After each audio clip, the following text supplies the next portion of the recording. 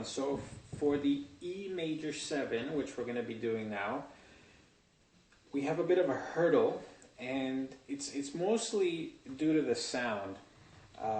It's very easy to do E major 7 in theory. We're just going to find an E, any E actually, because there's 3 of them. There's a low E, there's a middle E, and there's a high E.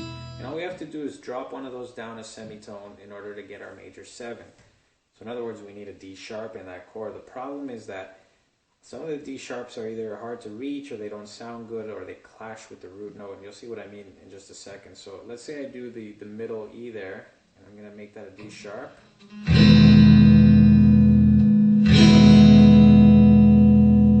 So let that sink in for a little bit, and you'll notice how your ear is kind of like, I don't know if I like that so much. In theory, I'm doing it correctly, all right, but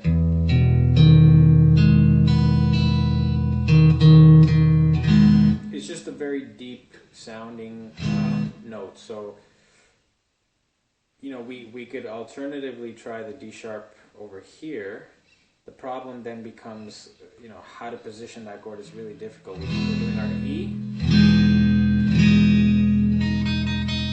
And what's automatically going to happen, because your pinky is so short and it's going to be uncomfortable in that position, you're either going to be barring this G sharp, you don't really want to do that, or you're going to be muting it, or just avoid hitting it with your right hand altogether, because you don't want to hear that E together with a major 7, because you're going to get a really bad minor second, which we don't want.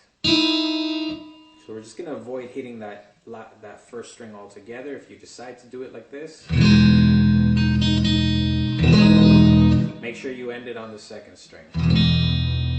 Alright, so a little bit more of a tricky one, but there are 2 possible ways. There are other ways that you can do E major 7.